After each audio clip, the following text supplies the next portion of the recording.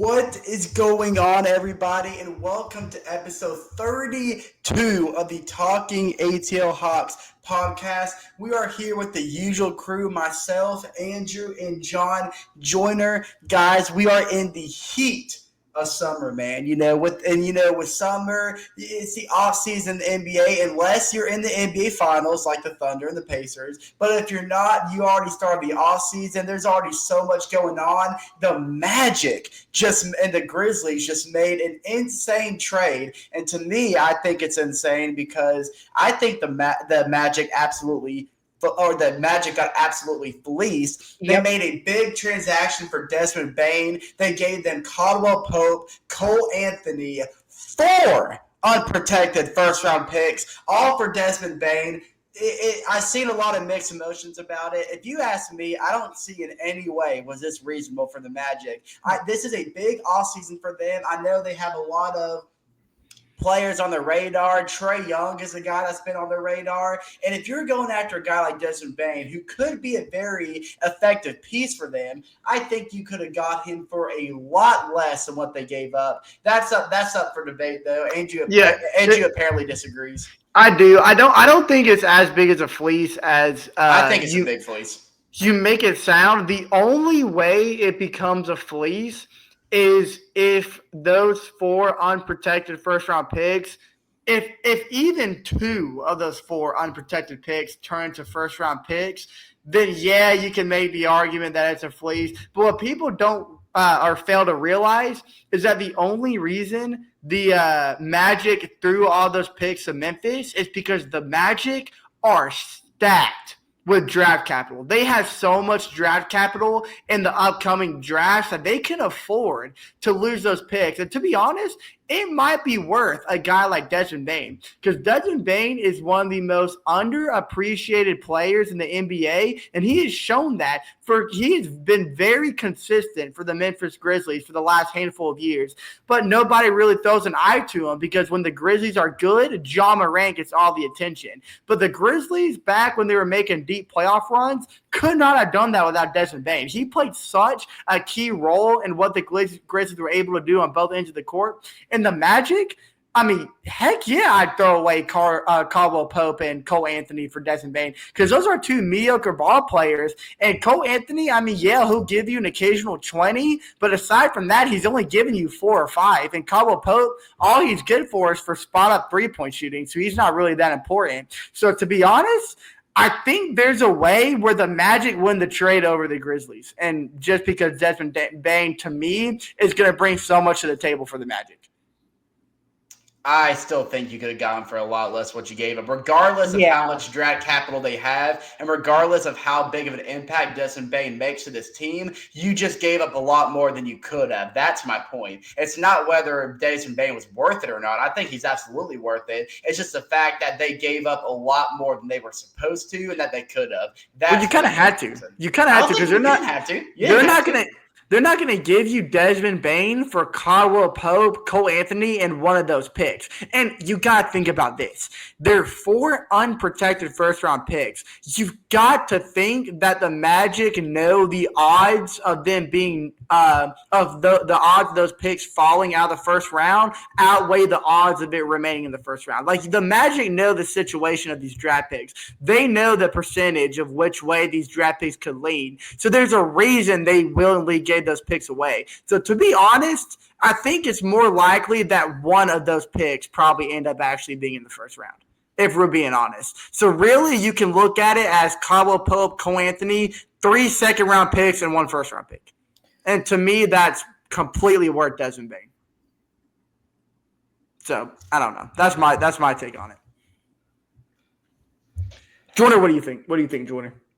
I'm sorry, Andrew. I gotta agree with Chase. I don't think Bane is worth. I don't think Bane is worth 4 first. What was it? 4 first? It was 4 first round picks. Unprotected. Especially because Luka went for so. Especially because Luka went for 1. Exactly. Luka went for exactly. 1 first round. Had it been Nico Harrison in the front office of Orlando, they probably would have just in the office for Memphis, they probably would just give them Desmond Bain for just one of those picks. But not everybody has Nico as their GM, unfortunately. That is true. Just Dallas, and yeah.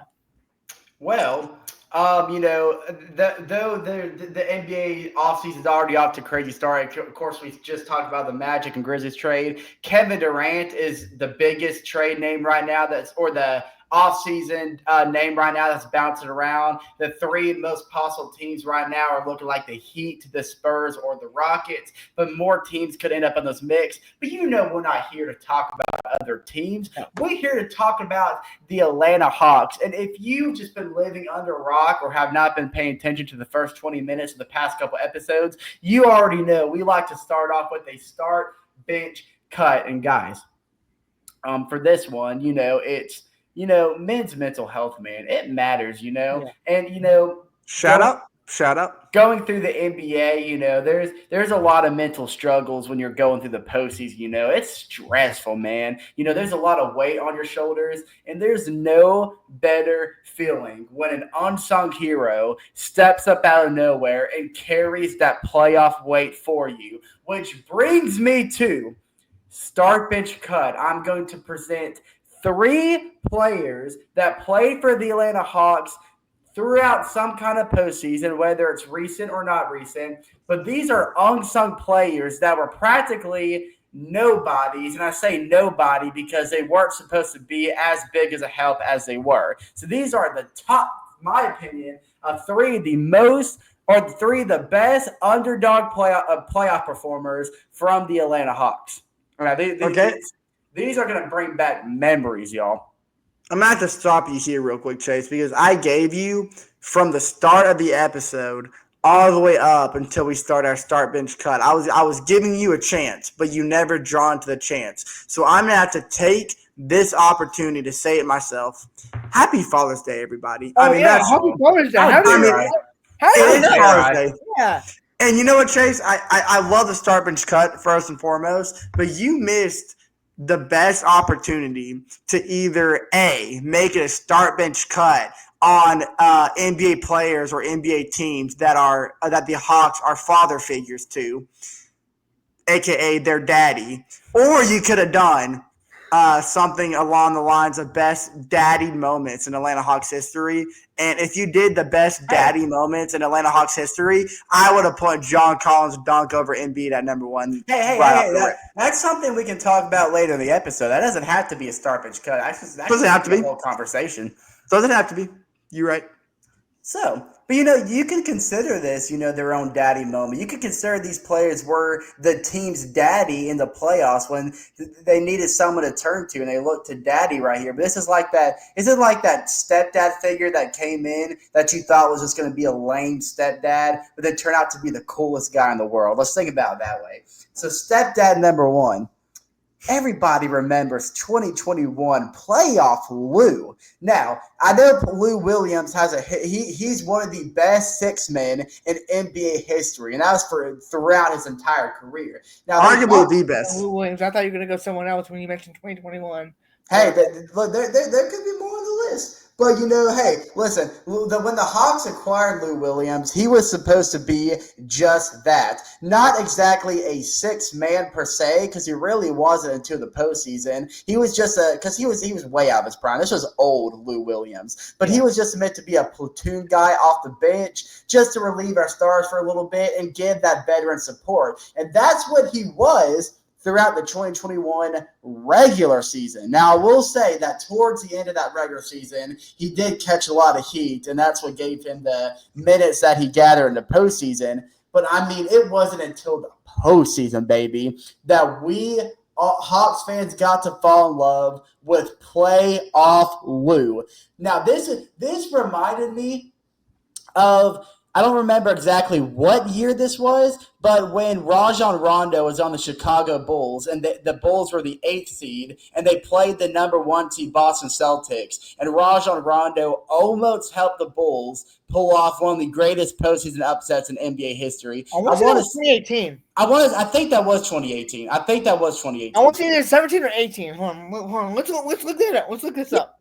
But we have the internet on us. Why not look at? I think you're right though. It was definitely 2017 or 18. I want to say it was 2018. That sounds right. But while Jordan's looking it up, I'll continue. It reminded me of that because Rajon Rondo, out of his prime, was just a platoon piece for the Bulls, but stepped up big in the playoffs. Lou Williams did the exact same, and Lou Williams was most famous for his performance in the series against the Philadelphia 76ers, most notably that Game 4 comeback from 20-plus points in the fourth quarter. That was not possible without Lou Williams because we were getting blown out. So Trae Young was out of the game to start the fourth quarter. Lou Williams was in his place, and he's the one that ultimately kick-started one of the greatest, if not the greatest comeback in Hawks playoff history.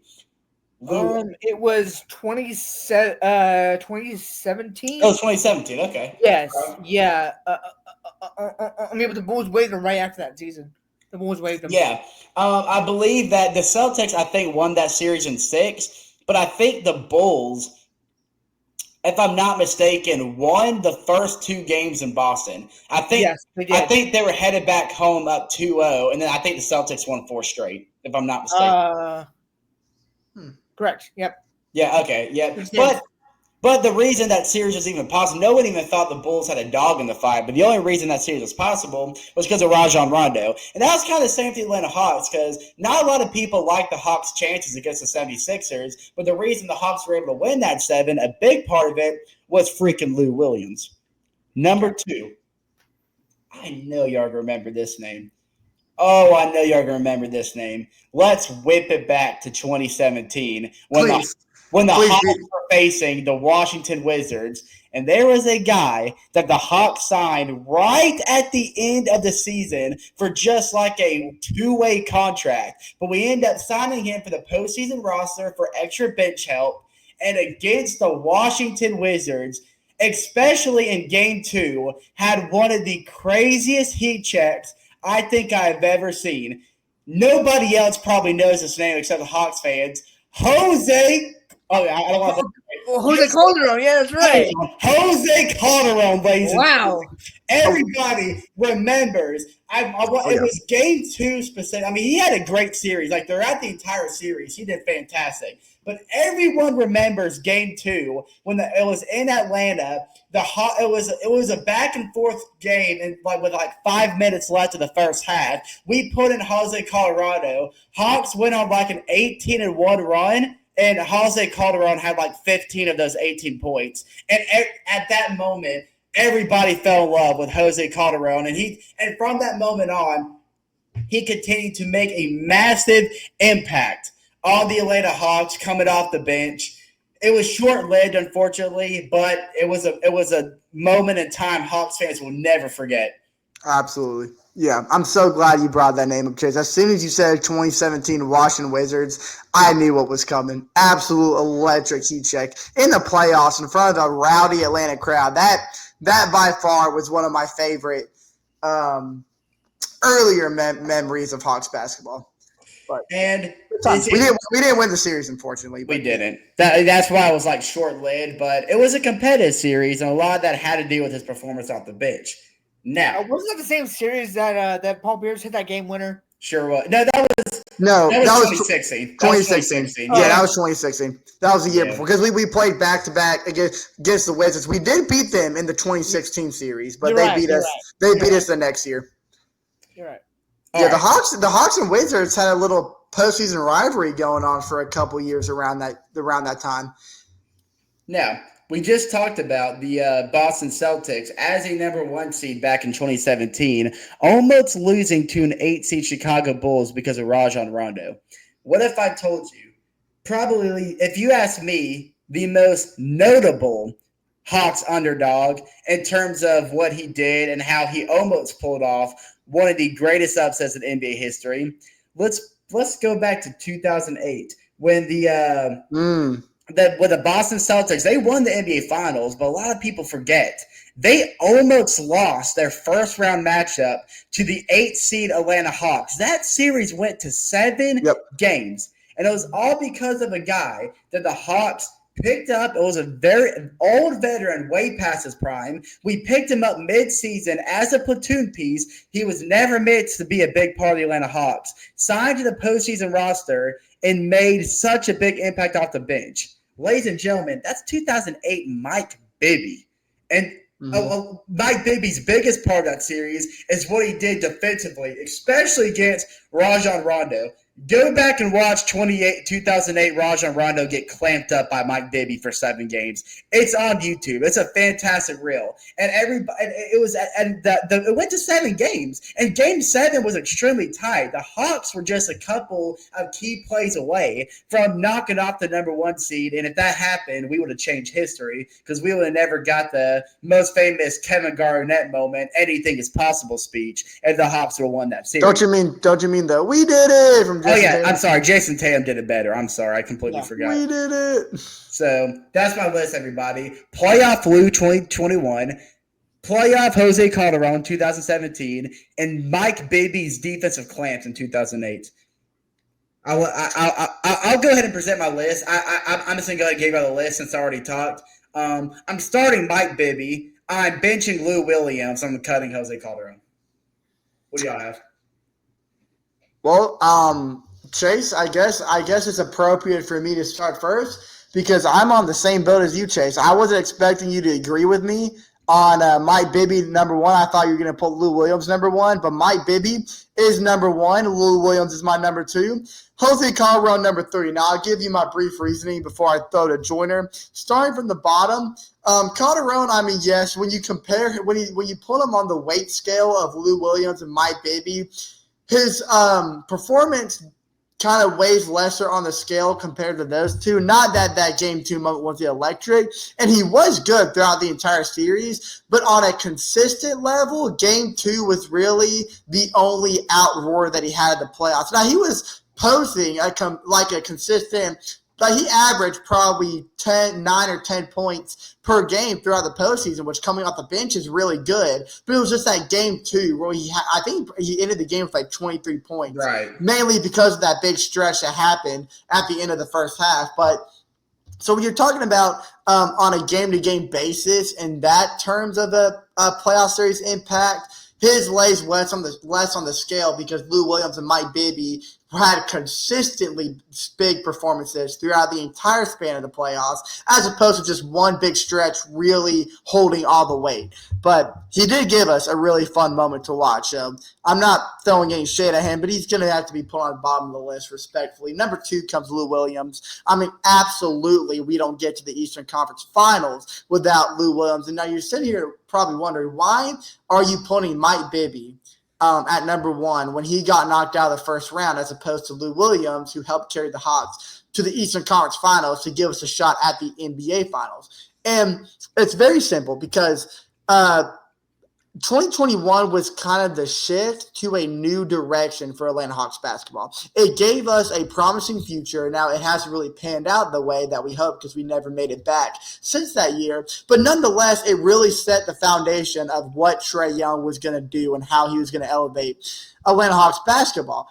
But when you look back at 2008 and Mike Bibby's performance against the Celtics, many people, not just Hawks fans, but many people around the league, call 2008 the revival season of Hawks basketball, because from 2000 to 2008, Atlanta Hawks basketball was dying. I mean, we had a rough stretch of years, and the attendance was low. We were kind of viewed as the Charlotte Hornets from 2000 to 2006 because we weren't getting any playoff appearances. We were constantly shifting rosters, shifting front office people. We had a couple of head coaches changing just through a span of 6 years, and there was no stability in Atlanta, and nobody really knew what the Hawks were going to have to do to move the franchise in the right direction. In comes that 2008 season. We just squeaked by the regular season and find ourselves in the final spot of a loaded in Eastern Conference, because that had the Boston Celtics who won the finals, the Miami Heat who just won the finals the prior season, and really tough conference. We got in there and took the NBA final. I think the Celtics finished with the best record in the league that year, and we took that team to 7 games. And I mean, all eyes were on Atlanta Hawks basketball in Game 7, and many people saw what Mike Bibby did, because I am a firm believer that defense wins you championships. That's why the Hawks haven't gotten anywhere, because we've had no defense for countless years at this point. And that's also why, to me, the Phoenix Suns failed to win the NBA championship back in 2021 because the offense carried that team all the way up to the finals, and they had no bench support, and better yet, or worse yet, they had no defensive stability in the paint. And Mike Bibby did that for Atlanta in 2008. Brought us all the paint presence we needed. He was a great rim protector, great rebounder. He was also, for a big man, a very good playmaker. He was able to move the ball very well and use screens and use post moves to help open up his teammates. And that was a very underrated factor. But because of that year being such a revival year for Hawks basketball in general, to me, that year holds more weight than 2021's Eastern Conference Final run, because we don't get to where we are now without that 2008 season, because that put Atlanta Hawks basketball back on the map, and Mike Bibby had a lot to do with that. So that's my reasoning right there. But Joyner, I'm very intrigued to hear if we're going to get 3 straight similar rankings, or Joyner's got something else in mind. I got something else. Okay, let's hear it. I like it. So I'm gonna start the the 08 series. Just because, like we said, we took Boston, the eventual NBA champions, to the 7 games, only to come up short. So just for that alone, it's pretty impressive. And I'm gonna bench Calder. Wow. Bench Calderon. Okay. But I'm gonna cut Lou Williams. I don't necessarily agree. I think that Herder. I think Herder was the more like non-notable piece. It's only because like, where's Herder now? Like Herder, like no one talks about him anymore. Like, and that's fair. He was, he was a guy a guy in Atlanta, but he's not. But he's not a real guy anymore. Like, Will Williams is a staple name for every franchise that he played for. The Clippers, the Hawks. Where else has he played? The Clippers and the Hawks. Well, the Clippers obviously where he's most known. Right. Yeah. I think it's just the Clippers and the Hawks, right? Was he Toronto? Toronto. Oh, he was with Toronto. The Lakers. Oh yeah, Philly. He was in Philly. Oh, he's been everywhere. Yeah, you're right. He's been everywhere. So, yeah, he's been everywhere. It's like, my point is, like, Herder really isn't like a staple name. Like no, you know, he's really only known for like one series, which was the series against Philadelphia. Right. That fantastic game, Game 7 to move us on to the ECF against the Bucks. Right. That's my reasoning. And that's fair. Yeah. So. I guess I disagree with you about Lou Williams. That's just my opinion. I like it. And the only reason I guess I didn't consider Kevin Herter, and you do make a good point, Jordan. You really do. It's because Herter was a starter and Williams was that guy. And I guess at the time Kevin Herter was supposed to be a bigger guy than he was, and I think 2021 was definitely his best year. But you're definitely right, because at 2022 his 3-point percentage definitely fell off, which ultimately led us to trading him to Sacramento, and his career practically died in Sacramento, and now he's kind of just drowning in Chicago right now. Yeah. Given he has dealt with a couple injuries, but still he's not the same Herter everybody thought he was going to be. So you do make a fair point there for sure. No. But I guess to open us up this episode, I guess we do have a couple things to talk about. One of the things I do want to mention, I guess this isn't really like a big deal per se, but something I do kind of want to talk about because I do think it's pretty. Um, let me get it pulled up before I start talking about it. You want me bring in my? I had something that I was gonna say. I got it right here. Okay. So I think this is pretty comical in a way, really intriguing and cool at the same time. I don't know if y'all saw this, but a couple of days ago, a guy by the name of Zion World on X made a little tweet that all he said was Trae Young will be in the NBA Finals next year. Mark my words. Trae Young said it himself too. I think Trae Young said it. Trae Young said a few days ago that he plans on being in the finals. Oh yeah, next year. I think he said next year. Oh, he did. Trae Young himself said next year. And Trae Young did more than just say he was going to be in the finals next year. He responded to Zion World on X and said, "Promise," with the fingers crossed emojis. Mm-hmm. So he just promised this guy, Zion, that he was going to be in the NBA Finals next year. Now, I was curious what other people had to say about it. So I saw this. Someone took a screenshot of this and posted it on Instagram. I think it was so I can't remember the Instagram account that posted it. So I looked through the comments just why I want to see what people said about it. And everybody was saying, well, since he promised, this basically means he's not going to be on the Hawks next year. Oh, this promise is just Trae Young solidifying he's leaving Atlanta. Oh yeah, he might be in the finals next year, but it's not going to be in Atlanta. So in the eyes of the public, everybody thinks that Trae Young promises he will be in the finals next year, and a lot of people is taking that as, oh, that means, or that's basically confirmed, he does not see himself being an Atlanta Hawk next year. And I was thinking about it, and that's probably fair, because you got to think about, let's say Trae Young again, he's not a free agent this year. He would leave by trade either during the offseason or by the trade deadline. So let's say we don't trade him. And let's say that by the deadline, we don't trade him. We decide we're going to let the season end, and whatever Trae decides to do is what he decides to do. What realistically, we'll look at the Atlanta Hawks next year. I'm assuming we're not going to make any big moves. I know we've been in the Kevin Durant sweepstakes, but that's not going to happen. As of right now, it's not looking like it's going to happen. Kevin Durant announced his 3 teams he'd like to play for the other day. The Hawks weren't even close to his list.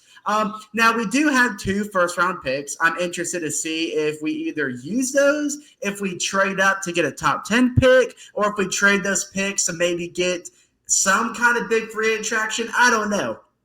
But being realistic, the Hawks probably aren't going to do anything extravagant this offseason, meaning we'll have practically the same roster this upcoming year, minus a couple of pieces, like Gorgeous Niang's not going to be there. Terrence Mann might not be there. Clint Capella, we know for a fact, not going to be there. Yeah. So this will be officially Big O's team. We'll have Zachary Richardson with the year under his belt. We'll have a healthy Jalen Johnson. We'll still have Mohamed Gay behind Karis LeVert. We'll still have Karis LeVert. Remember, Karis LeVert will be on the team. We'll have Dyson Daniels. Dyson Daniels. Yeah, I knew I was forgetting somebody. Dyson Daniels. How can I forget Dyson Daniels? And of course, he made all NBA's first defensive team. So yeah, shout out to you, Dyson. We do know the Hawks. This wasn't a horrible year for the Hawks. We went to Vegas, man. That was an incline in the right direction. We had opportunities to be higher in the Eastern Conference table. We took down some juggernauts to even get to Vegas. Yeah, we did. We absolutely did. To be honest, if you ask me, I think Hawks fans will agree that if Jalen Johnson never got the season-ending injury, I'd say even if Clint Capella never got his season-ending injury, this season could have painted out a lot different. We could have maybe got a top 6 team in the Eastern Conference. We might have even won the play-in tournament if we still made the play-in. However, basically what I'm saying is heading into next year, the Hawks, I think, definitely have a playoff potential team.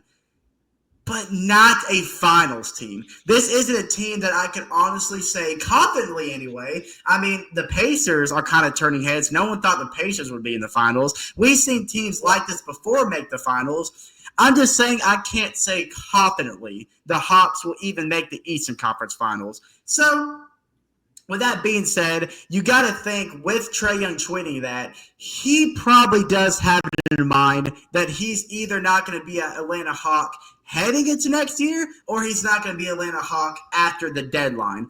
Either way, I think this increases the odds of Trae Young not being an Atlanta Hawk either by the start of this year or by the end of this year. What do y'all think? I would say probably towards the deadline because that's is usually when the big moves happens at the deadline.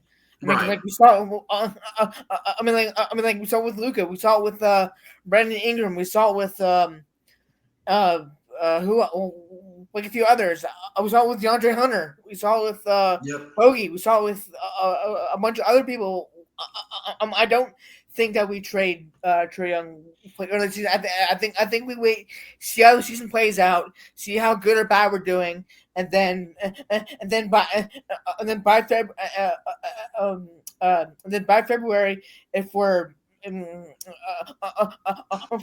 in the dumps, then we trade him for whatever we can get for him. If we're doing good, then we keep him and make a finals push. I think you're right, Jordan. I'm on the exact same page.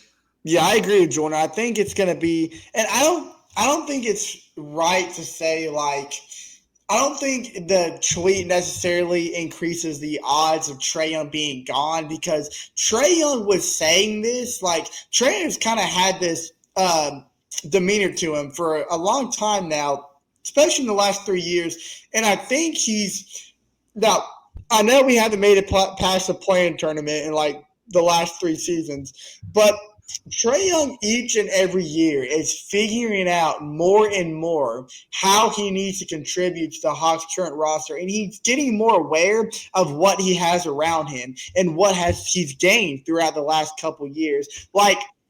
People can say, I know Trae Young made the All-Star game as an All-Star snub still. He had to come in as a replacement. And so you can use this against what I'm about to say. I think the version of Trae Young we got this year was one of the better versions of Trae Young we've ever had, especially maybe not in scoring terms because his field goal percentage was still down a little bit. I think we can for sure say this is one of the most clutch versions of Trae Young's we've had in the last couple of years. He's always been clutch throughout his career, but I don't think he made as many clutch shots as he did this year in the prior 6 seasons, which is why I'm very shocked that he wasn't even in the running for clutch player of the year. Now, I'm not going to sit here and say that he should have won it over Jalen Brunson because absolutely Jalen Brunson was probably the most clutch player throughout the regular season, but Trae Young should at least been in the conversation. To me, he wasn't.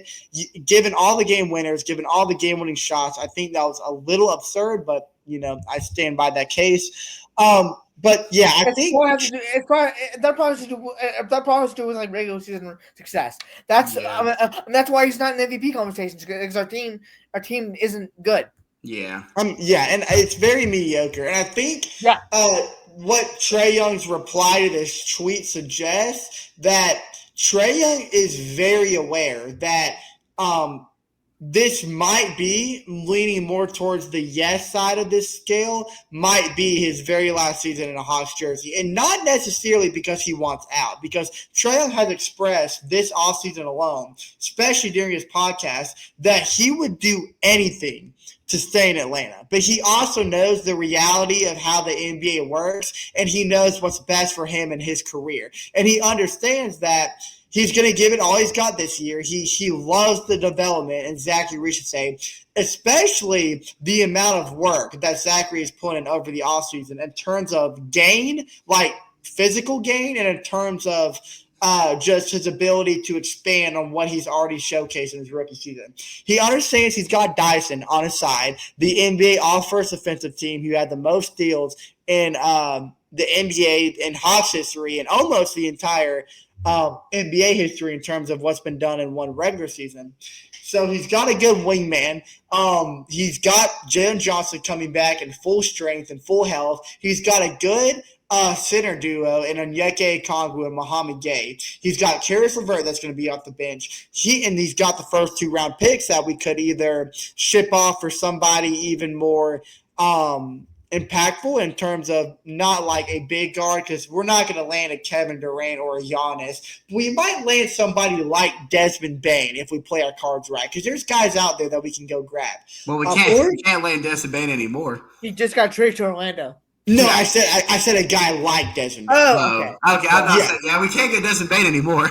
No, I said a guy like Desmond Bane. No way Orlando trades Desmond Bane does. But because, or we could use the 2 picks to get more prospects like Zachary, or we might use both of them to trade up and get a top 10 pick and just land a potential star in the league. And so Trent knows that, but I think Joyner and Chase, you guys are right. I don't think Trae Young's going to get traded this offseason. I just don't see that happening, because even the trade talks surrounding Trae Young that are being discussed are very implausible, especially with the Orlando Magic. I don't think any of that is gaining any fraction, and I think the Miami Heat are becoming more and more disinterested as the days go by. Especially if they go after and get Kevin Durant. And there's nobody else really in the conversation aside from the Magic. I mean, because the Spurs especially, they've already got De'Aaron Fox. Oh, yeah. They've already got De'Aaron Fox and Chris Paul. Trae Young just kind of – because the Spurs and Trae Young talks were more rapid fire before they got De'Aaron Fox. But once they got De'Aaron Fox, those talks mellowed out. So I don't think Trae Young's going to be traded this offseason. I think the only odds of him leaving this year is if the Hawks are – at the 500 level or below the 500 level, because I think if it's kind of panning out to be the same season as it's been the last 4 or 5 years, then we might ship Trae Young off and try to get a big grab off of him and get somebody that we could use back. Or if the Hawks are below 500 by the trade deadline, he's for sure gone. No question about that. Yeah. Because we can't miss the opportunity. And we've talked about this in prior episodes. We can't miss the opportunity of holding on to him and letting him walk in free agency and get nothing in return. We got to ship him off when we can, so that way we don't leave empty-handed. I mean, this can't be a Los Angeles Angels Shohei Ohtani situation.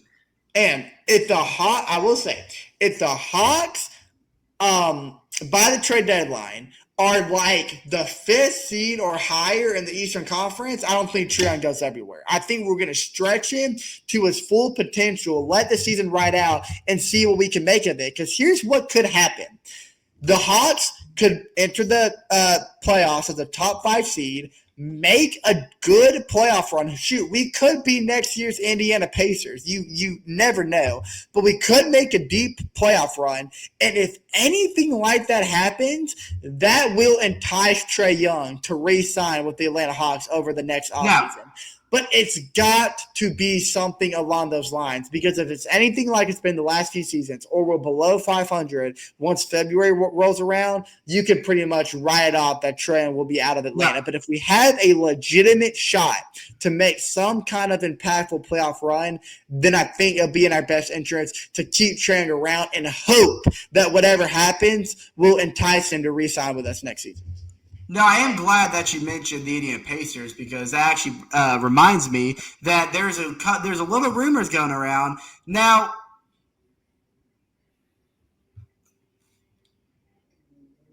That's called vacuum cleaner, Chase. Okay, I'm sorry. There's a bunch of rumbling in this house, and they're weird noise. I couldn't tell what it was. That kind of freaked me out a little bit. Anyway, there's a couple of rumors going around, by the way, that the Atlanta Hawks are interested in a man that on the Indiana Pacers that will be a free agent this year, veteran center Miles Turner. God, I would love Miles Turner, man. Now, the thing is that we all know Onyeka Okongwu is going to be ready to step in the starting role. Although, if we get a veteran guy like Miles Turner, I don't see us putting Miles Turner on the bench. But what I do see us doing is, because of how good Miles Turner is, especially defensively, Buddy's a defensive monster. because he's older, I could see us starting Miles Turner, but really giving a Okongwu and Miles Turner even minutes, and maybe even getting a Okongwu starting minutes off the bench, and just use Miles Turner for his veteran presence and defensive efficiency. And I think that could be a really big, impactful move for the Atlanta Hawks. And again, it's a free agent, so I mean, his time in Indiana might be done. I think it's all going to depend. I think it's all going to depend on like how these next a couple games turn out. Right, because if the Thunder win the finals, he might want to run it back with the Pacers. Or if the Pacers win the finals, he's going to want to run it back with the Pacers. Yeah, he's not going to want to go anywhere. He's going to want to repeat. That too. But just one more point about the Trae Young situation. Another thing that you can tell, we've seen this ever since he's joined the Atlanta Hawks. Quinn Snyder. Trae Young absolutely loves Quinn Snyder because he's doing everything that Trae Young hasn't really experienced with the recent coaches, but Quinn Snyder is letting Trae Young be Trae Young again, and he's letting him grow into that leadership role. That's something that Nate McMillan, thank you. I don't like to remember his name. That's something that Nate McMillan didn't let him do. He was resisting Trae Young, and Quinn Snyder's letting him flourish. And we've seen this growing relationship between Trae and Quinn Snyder. We even saw it recently when the New York Knicks reached out to the Atlanta Hawks and asked for permission to interview Quinn Snyder. The Hawks told him no, and then Trae Young released a hilarious tweet on X that basically just let everybody know his take on the Knicks trying to reach out to Quinn Snyder. He basically said, absolutely not. Like, you're not touching Quinn Snyder. He's our coach. He said he's our coach. He said he's my coach. So Trae Young will always consider Quinn Snyder his coach, whether he's on the Hawks or not. So that's just another plus to keep in mind, is that there's no head coach that Trae Young trusts more than Quinn Snyder. Hey, so I have some not so. It's not really breaking news, but I've got an update on the Kevin Durant trade. It looks like Houston's going to land him. That's what I've been thinking. That the way the things have gone and how the kind of chip or the dice have fallen, I kind of feel like that Houston was going to be his destination. What did you see, Joyner, that kind of led to this conclusion? So this guy named Eric Zhang, NBA on Twitter says breaking Kevin Durant to be traded to the Houston Rockets in the upcoming offseason. My insiders with both Phoenix and Houston for off start confirming he wait, hold on, that's not the tweet I saw. They're going to confirm it. Basically, it's agreed upon. They're just going to wait until closer to the draft to confirm it. Okay. We'll probably see like the Shams report, maybe on like Thursday or Friday. But they're waiting closer to the draft to confirm it. So, and the cool thing about that is that out of all the teams, to me, I know he was narrowing it down to the Spurs, the Rockets, and the Heat, but out of all the teams there, the Rockets would be awesome. I know that Kevin Durant, this isn't the first time that Kevin Durant's recently been rumored to join the Houston Rockets. This is the most, realistic timing for him to join the Rockets. And if he joins the Rockets behind the young roster, the young talent that he has, a veteran presence, a veteran leader, and a veteran star like Kevin Durant is exactly who Houston Rockets need. I mean, we saw them finish second in the West. They're basically the Oklahoma City Thunder. They're another Thunder. They have a bunch of young talent that they farmed, and they all have all this chemistry, all this defensive presence. Now, they finished second in the Western Conference, huge, fantastic season, had a pretty rough series against the Warriors, basically got outplayed by veteran playoff experience is ultimately what kicked them out of the playoffs. So you fix that with adding a superstar that's been in the playoffs multiple times, a multiple NBA Finals winner, Kevin Durant. That does it right there. That could be what the Rockets need to get them over the hump. And if that does happen, I think the Rockets are high Finals contenders next year. It's exactly what they need. And I think you're right, Chase, that we take a look at the regular season and compare it to what we saw in that first round against the Warriors. It was not the same Houston Rockets team because I think those young guys, they had a veteran presence on that team. They had Steven Adams. Kyle Lowry on the team. Steven Adams. I forgot about that. They just signed him. It wasn't Kyle Lowry. It was Fred VanVleet. That's what I was thinking of. They had Fred VanVleet on that team, which by the way, Fred VanVleet had a terrible series. Well, I mean, he had a couple of good games. I wouldn't say it was terrible, but I mean, when it was bad, it was ugly. But when it was good, it was really good. It was just inconsistent, I think, is what it was.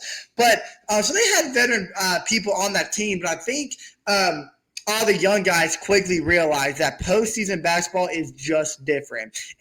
But it's good. It's good that they got that experience. They got knocked out that early, and it's funny that I'm saying it's good because it's only going to help them develop and grow in terms of the player they are. So once they revisit the playoffs, which they likely will finish as a top 3 seed again, especially if they get Kevin Durant. That's what happened to the Thunder. That's what happened to the Thunder last year. Got eliminated by the Mavericks, got that experience, turned around. Now they might win the NBA Finals. And you take those young guys, and you saw what they did over the course of an 82-game regular season. You put them under the wings of such a game changer like Kevin Durant. The sky is going to be the limit for the Houston Rockets. And I don't think it's far-fetched to say that you let them fly under the wing of Kevin Durant for 2 or 3 years. In the next 5 years, once Kevin Durant surpasses his time with Houston, I think the Houston will be in a better place than where OKC is right now. And I know that's crazy to say, but I just don't see a flaw in that Houston roster, and especially on the defensive end, because even given how young that team is, they are leaps and bounds, probably a top 3. You could argue the best defensive team in the NBA. I think OKC gets the upper hand, but you let those guys continue to grow and you give them the scoring capabilities of Kevin Durant and let them learn the ins and outs of how he plays and add it to their arsenal, equipped with their defense abilities and how they're able to stop powerful guards and to agilize their way into the paint, how they're able to stop those kind of guys, especially the guys they had those opportunities to halt, like Stephen Curry and Draymond Green. You let them mix their arsenal with Kevin Durant's scoring capabilities. I don't see how Houston doesn't win an NBA Finals within the next 5 years. And that excites me for those guys.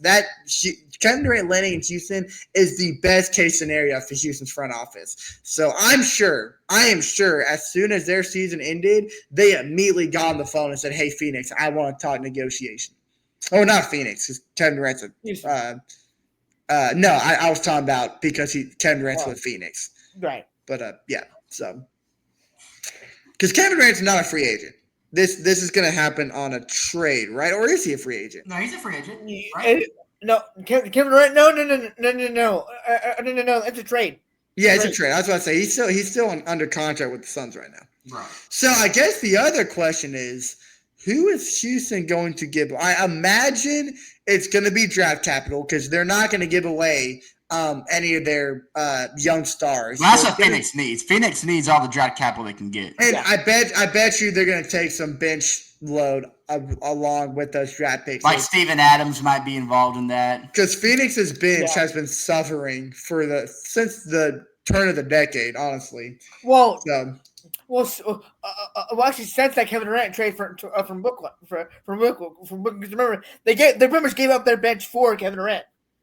Yeah, so, that's true. That's absolutely true. Gave up their bench for Kevin Durant, and now they're potentially getting a bench for Kevin Durant. Which, in hindsight, that turned out to be a horrible mistake for the Suns. Because people got to realize, like, in the NBA, you can't survive without debt. Look throughout recent history, NBA history.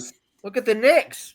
Look at the Knicks, exactly. And it's funny because I think the Knicks actually have depth. I think Tom Thibodeau just don't know how to use it. But point proven, like if you have debt and don't use it, you get the same consequences. Yeah, the NBA, it's all about debt. Look at any team that's won the NBA Finals. They won it with debt. If you're not deep, you can't survive in the NBA because those starters need rest. And what matters just as much as who you have starting is what your plus minus looks like for your bench players. If you take your starters out and your team drowns, you're not going to survive unless you're Tom Thibodeau and you want to play your starters 40, 42 minutes a game, which he just proves over and over again that never works. And it's no coincidence that Tom Thibodeau doesn't have a ring and he wonders why he's not a New York Knicks head coach anymore.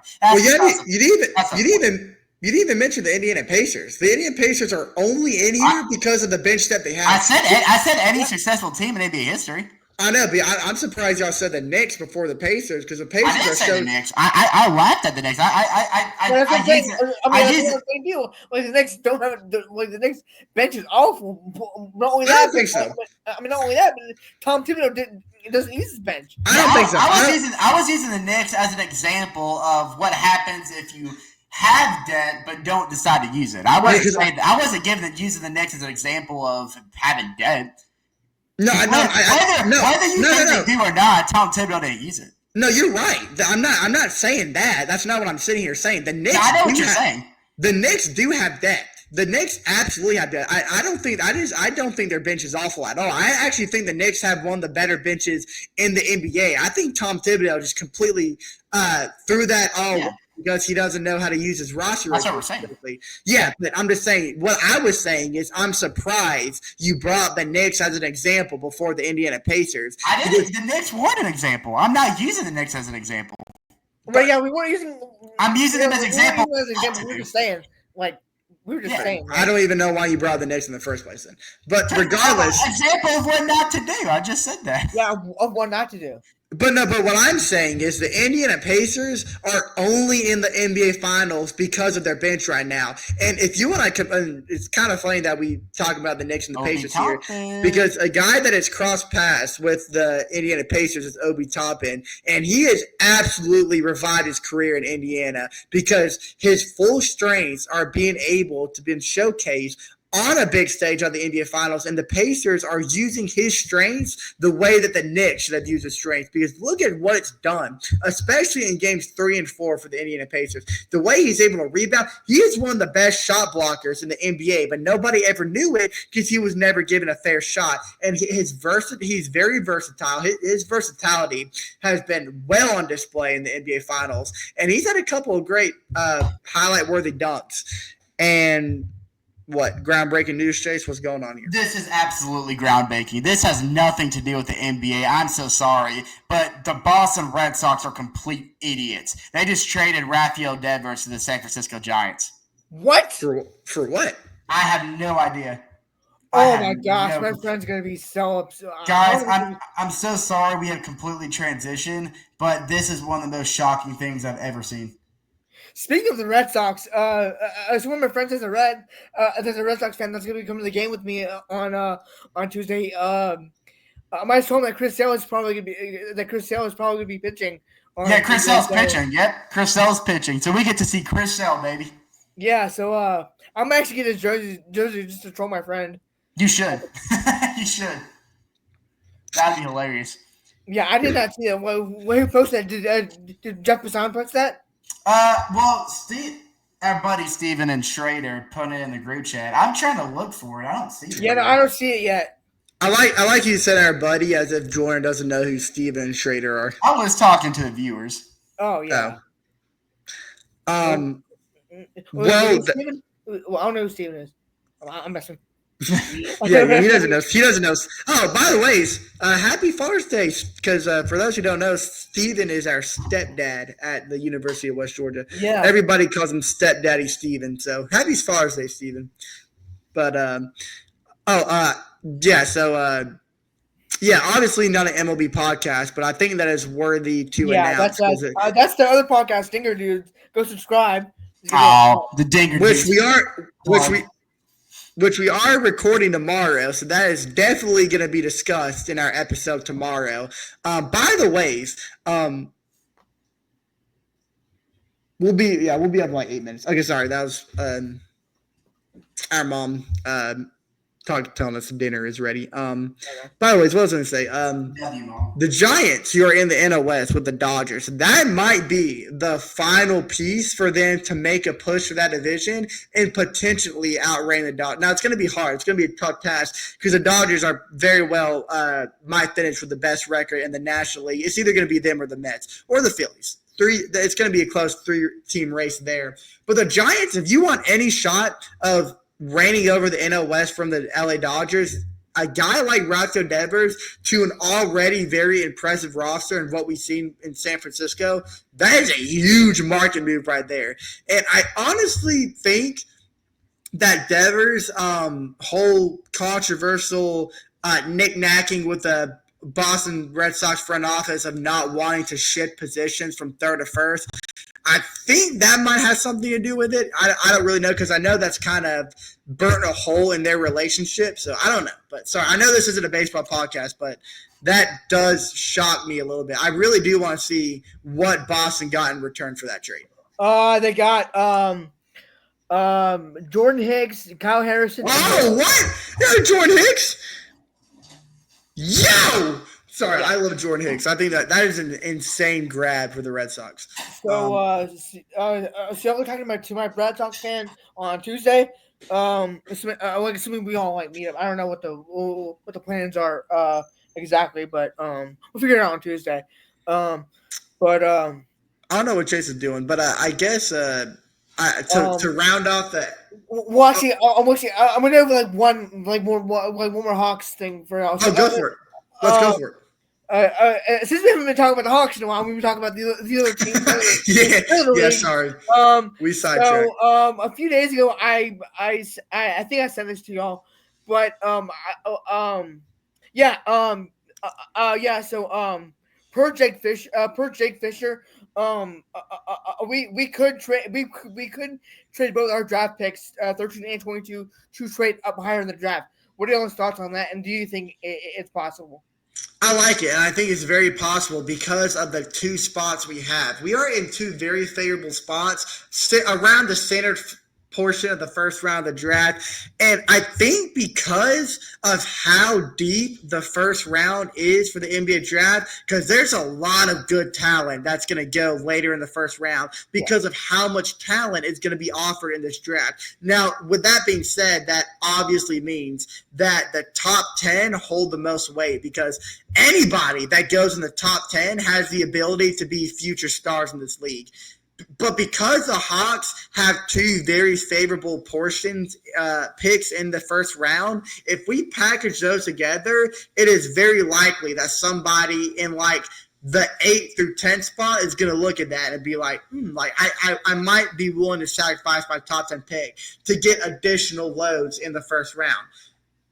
But with that being said, I am also very okay with the idea of us staying put because I like the picks that we have, especially at 13, because we can get what we need with those two picks. And I think it's very possible that anybody that we get with the 13th or the next pick could hold the same weight, and we could see the rapid progression with whoever we take in the draft, like we saw in Zachary Richardson from this previous draft, because there's so many guys with that work ethic and with that potential in this draft. So I like it. I'm for it, but I'm also not against us holding back on it and just staying put right where we are. But those are my 2 cents. I'm back, by the way. I had okay, so what we were talking about is per Jake Fisher, we could be trading our two first round picks, 13 and 22, to trade up higher in the draft. What are your thoughts on that? I heard that rumor too, and I would be okay with that. I think there's a lot of really good talent in the top 10. And I think depending on how high the pick we can get a sneaky steal in the draft. So I mean, look, we have the second round pick anyway. I guess there's not really a need for 2 first round picks. So trading both for a top 10 pick, I think is absolutely worth it. Also, I do apologize for getting up and leaving. I was having a minor nosebleed. I felt a nosebleed coming on, so I had to go stop that real quick. But I'm back. I'm good. Yep. But my thoughts on it real quick before we close out. I'm only okay that if we have a certain guy that we're locked in on trying to get, maybe Kamon Malik, I do maybe him, or I also wouldn't mind Colin Knippel out of Duke. Yeah. Those two guys I'm fresh in my mind when I'm thinking about guys that I'm thinking that the Hawks could get. Right.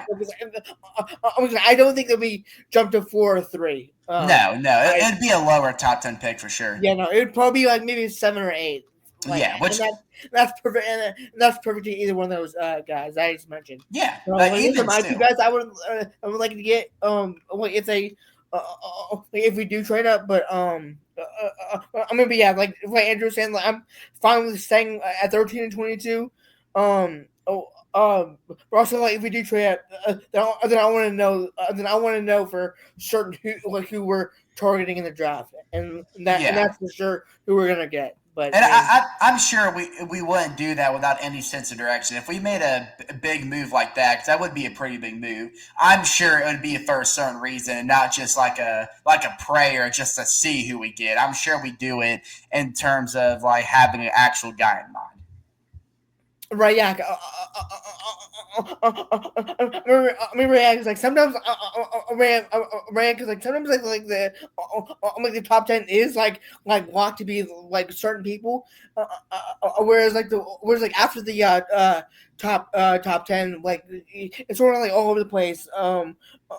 We could like get someone that's falling.